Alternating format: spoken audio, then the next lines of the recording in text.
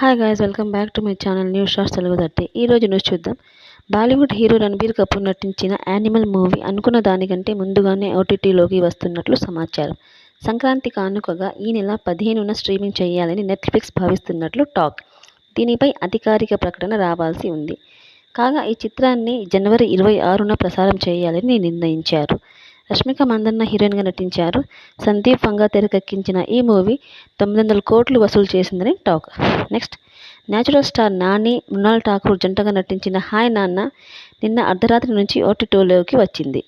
ఈ చిత్రాన్ని నెట్ఫ్లిక్స్ తెలుగు, తమిళ, కన్నడ, మలయాళం, హిందీ భాషల్లో స్ట్రీమింగ్ చేస్తుంది.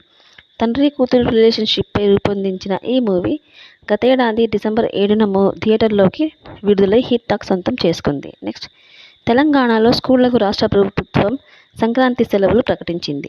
జనవరి 12 నుంచి 17వ తేదీ వరకు సెలవులు ఉంటాయని తెలిపింది. మిషనరీ స్కూళ్లకు మినహా అన్ని స్కూళ్లకు ఈ సెలవులు వర్తిస్తాయని పేర్కొంది. నెక్స్ట్, తెలంగాణ ప్రభుత్వం తీసుకొచ్చిన మహాలక్ష్మి పథకానికి విశేష స్పందన లభిస్తుందని టీఎస్ఆర్టీసీ ఎండీ సజ్జనార్ తెలిపారు. బస్సుల్లో మహిళల రద్దీ పెరిగిందని, పథకం కింద సగటున 27 లక్షల మంది మహిళలు ప్రయాణిస్తున్నట్లు పేర్కొన్నారు.